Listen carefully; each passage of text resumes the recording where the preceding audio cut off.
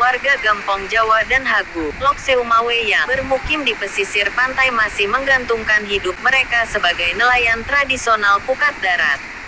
Pawang pukat darat Maulana, salah seorang warga Gampong Jawa Lama yang hidupnya mengais rejeki setiap harinya dengan mencari ikan berlabuh pukat darat.